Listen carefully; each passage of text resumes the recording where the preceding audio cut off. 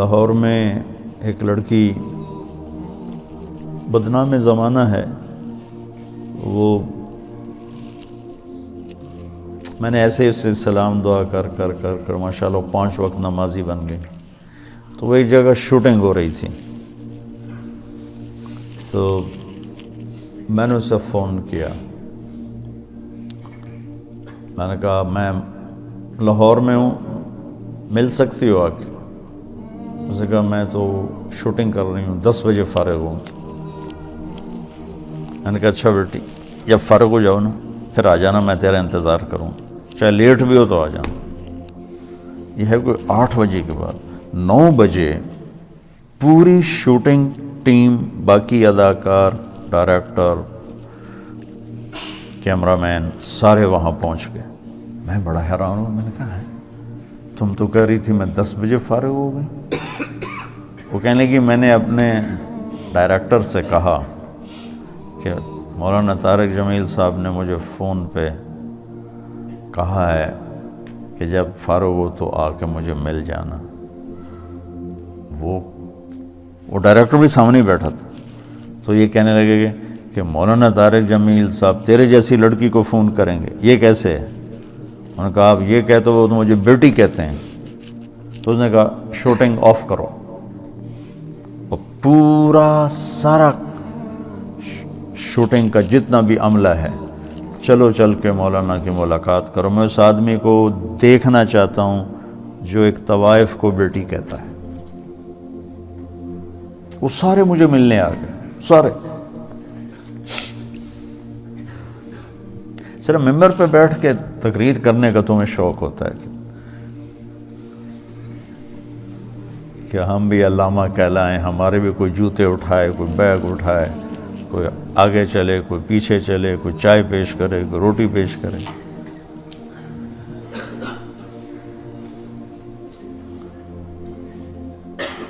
میری تمنا ہے کہ اللہ آپ کے اندر تبلیغ زندہ کر دے، پھر چاہے ممبر پہ بیٹھو، کرسی پہ بیٹھو، درسگاہ میں بیٹھو، دکان پہ بیٹھو، گھوڑے پہ بیٹھو، گاڑی پہ بیٹھو، ہوا میں اڑو، تبلیغ تمہارے اندر ہو۔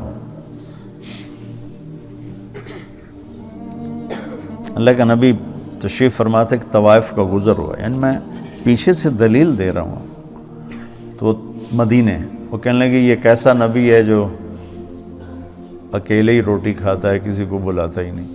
وہ تو آپ کو تکلیف دینا چاہتی تھی، تنگ کرنا چاہتی تھی۔ تو آپ فرماتے طوائف ہے، اس کو دھکے دے کے باہر نکالو۔ آپ نے فرمایا آ جاؤ، آ جا، بیٹھ جا، ساتھ بٹھا لیا۔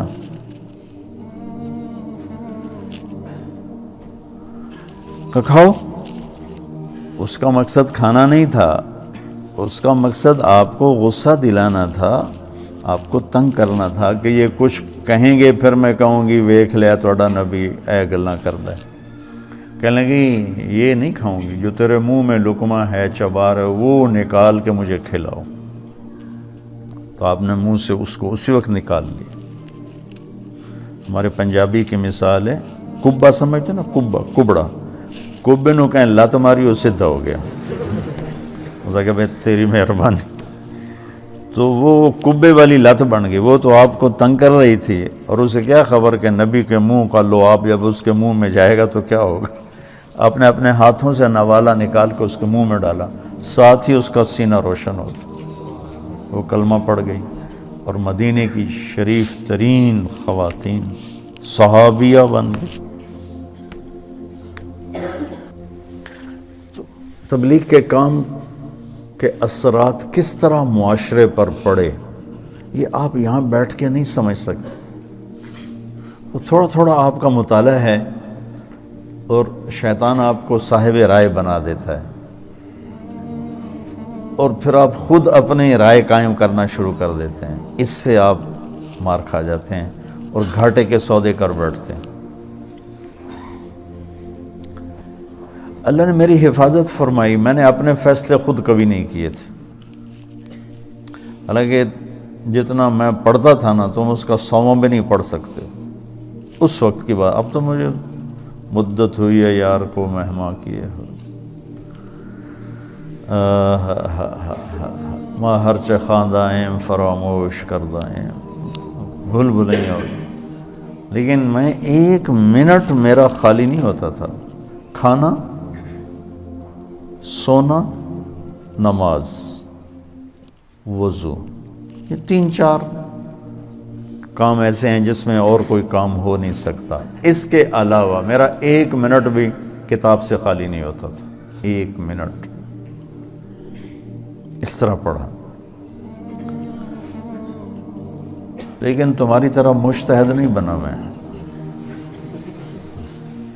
جو مجھے کہہ دیا میرے استادوں نے میں نے سر جھکا دیا، تو ٹھیک، اور آج تک میرا یہی حال ہے، ٹھیک جو آپ فرمائیں ٹھیک۔ اس سے بہت بڑی حفاظت کا نظام چلتا ہے۔ وَلُزُومَ جَمَاعَةِ الْمُسْلِمِينَ فَإِنَّ دَعْوَتَهُمْ تُحِيطُ مِنْ وَرَائِهِمْ 3 لا يغل عليه قلب المؤمن: اخلاص العمل للہ، والمناصحة لولاة الأمور، ولزوم جماعة المسلمین فإن دعوتهم تحیط من ورائهم۔ اجتماعی نظام کے ساتھ کٹھے چلنے سے ان کی دعائیں تمہیں اپنے گھیرے میں لے لیتی ہیں، اور تم غلط فیصلوں سے بچ جاتے ہو، غلط چلنے سے بچ جاتے ہو۔ تو جو میں دیکھ کے آتا ہوں وہ آپ کو بتانے کی کوشش کرتا ہوں، تاکہ آپ اندر سے تبلیغ کے کام میں لگیں۔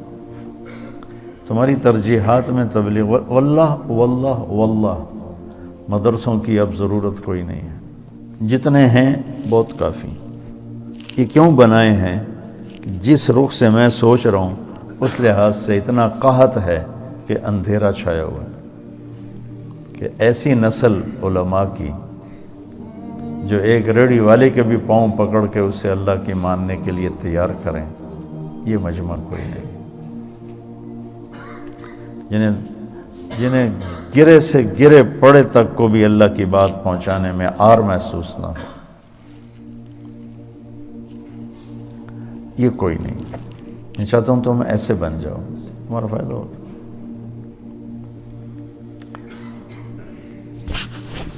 شاہ اسماعیل شہید نے بازار حسن میں گشت کیا تھا، موتی طوائف کے پاس گئے تھے۔ اللہ مجھے بڑے بول سے بچائے، اللہ مجھے بڑے بول سے بچائے، اللہ مجھے بڑے بول سے بچائے۔ 1831 میں ان کی شہادت ہوئی ہے، 1831۔ تو 1831 سے پہلے کا زمانہ، یعنی 1810-20 کا زمانہ لگا لو، جب وہ دلی میں ہوتے تھے۔ اس کے بعد بازار حسن میں اللہ نے مجھے توفیق دی جانے کی، اور میں ان طوائفوں کے گھروں میں گیا، ان سے ملا، ان کے پاس بیٹھا، ان کی ہمدردی دلداری کی اللہ نے مجھے توفیق دی، ان پر خرچ کرنے کی توفیق دی، انہیں گناہ سے بچانے کے لیے۔ تو اب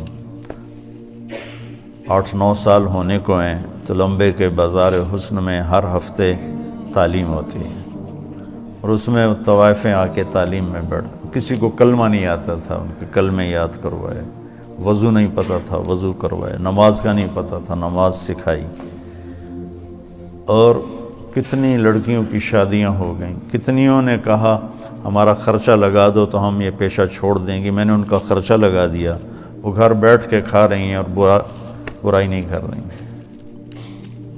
تو مجھے اس میں کوئی آر نہیں محسوس ہوئی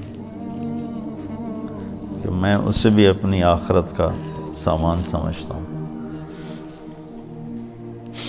اور میں نے ان کی نائکوں سے کہا ہوا ہے کہ جو اپنی بیٹی کی شادی کرے گی میں سارا خرچہ دوں گا۔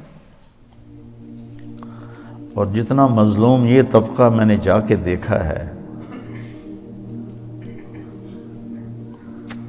بہت مظلوم طبقہ ہے، بہت مظلوم طبقہ۔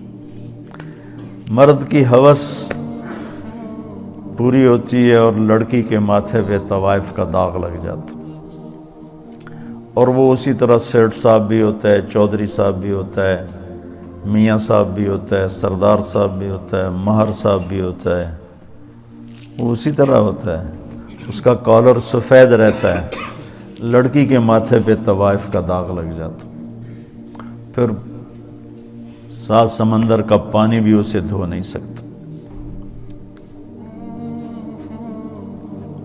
اور یہ داغ لگانے والے سارے عیاش لوگ جن کی عیاشی پر تو پردہ پڑ گیا اور اس کے ماتھے پہ کالا داغ لگ گیا۔